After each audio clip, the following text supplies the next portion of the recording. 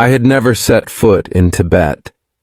Yet, as I stepped onto the narrow path leading to that temple, everything felt strangely familiar. The wind whistling through the mountain passes, the scent of aged wood, the sound of prayer flags flapping against one another in the breeze. All of it. I felt as if I had heard, had seen, somewhere, far away, long ago. When the temple emerged from the mist, my heart froze, not because of its beauty, but because of a strange sensation. I had stood here before. I had walked through this gate before, and this time I knew I had returned to meet someone who had been waiting. I walked slowly, step by step. The stones beneath my feet were icy cold, as if they had been lying there for hundreds of years, waiting for someone to return. The stillness was so deep I could hear my own heartbeat, and strangely, it seemed to merge with the low chime of a bell from somewhere far away. The wooden gate, weathered and faded, bore cracks like the lines of time itself. Inside, faintly in the haze, I saw the silhouette of someone sweeping the courtyard. I had never met him, but in that instant I was certain. This was the person I had been seeking, not only in this life, but through many lifetimes. The temple was not grand at all. The walls were mottled, the paint worn pale by countless seasons of snow. Yet inside, it felt as if time had stopped. A dense silence wrapped around every breath. It did not suffocate me. Instead, it embraced me, soothing a mind exhausted from the endless race outside. In the middle of the empty courtyard, a lone monk was slowly sweeping the stone floor. His robe was frayed, his hands calloused, yet each movement was as gentle as if he were sweeping away the dust from his own soul. He looked up, his eyes meeting mine, deep and still, like the surface of a lake untouched by wind. I had the sense that he could see right through all the chaos I had tried to hide. As I stepped closer, he raised his head, his gaze calm and deep like an unruffled lake. He asked, his Tibetan voice low and warm, "Why have you come here?" I was about to say, "I was just passing by." But for some reason, what came out instead was, "I am lost." He did not smile, nor did he ask further.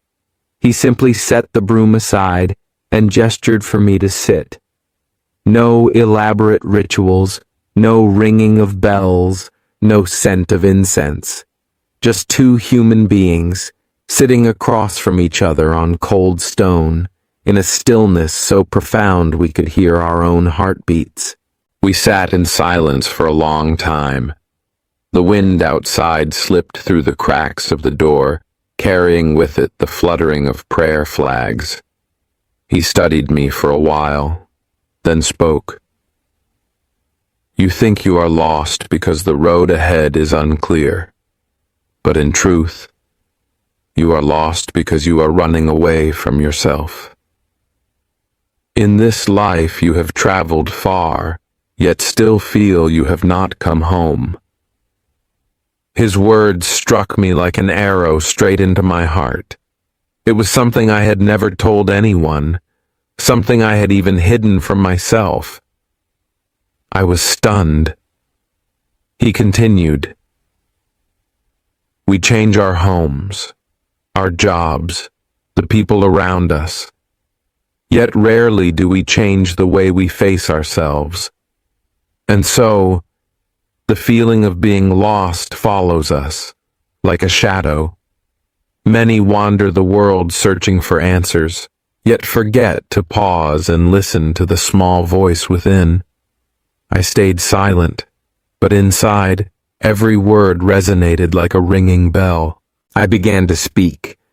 I told him about my endless journeys, about the restlessness that clung to me as if I were searching for a missing piece, the loneliness, even in a crowd, the emptiness, even when surrounded by laughter. As I spoke, my eyes blurred. I didn't know if it was from the cold wind or from layers of long-buried feelings rising to the surface. He listened without interruption, without pity. He simply remained silent. Yet that silence was deep and warm, like a thick blanket wrapping around me. When I spoke of emptiness, he smiled. There are spaces, not meant to be filled, but to remind you of what was once lost. I froze. This was the very scene from a dream I had years ago. I burst into tears, not from sadness, but because in that moment I saw clearly how weary I had been from chasing distant things. He went on, "Look at the mountains out there. They do not chase the clouds. They let the clouds drift on their own." His words cut deep, touching the most hidden place in my heart. I saw vividly the snow-capped peaks, standing still and unmoving, as white clouds passed by, dissolving, changing shape. And I suddenly understood. All these years, I had been living like someone chasing clouds. I had chased work, love, recognition, as if catching one cloud would bring me happiness.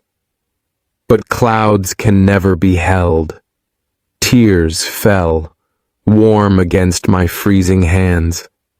I was not crying from sorrow, but from the feeling of having just laid down an invisible boulder that had weighed upon me for so long. In that moment, I no longer felt like I was searching. I simply sat still, and for the first time in years, the silence did not frighten me. Before I left, he placed a hand on my shoulder. "This time, you have heard it. Do not let another lifetime pass before you remember." I stood still, my heart pounding. No one had ever spoken to me like that. I knew this was no accidental meeting. He handed me a small prayer bead. "It is nothing until you decide what it means." I walked away from the temple. The wind was colder, yet inside I felt strangely warm. The temple slowly disappeared into the mist, but his words would remain with me forever. Holding the bead, I felt as if I were carrying a piece of that temple in my hand. As I descended, the mountain wind still bit at my skin, but my heart was warmer than ever.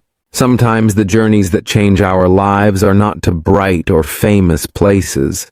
They happen in an old temple with no tourists, where a silent monk sweeps the courtyard and speaks words powerful enough to stir an entire soul. And once you have lived through that moment, you will never walk the same way again.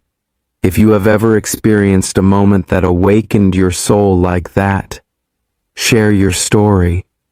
And if today's story touched you, don't forget to like this video and subscribe to my channel so we can continue traveling together in search of meaning with every step. Who knows? Maybe the next journey will lead us to a place that has been waiting for us for a very long time.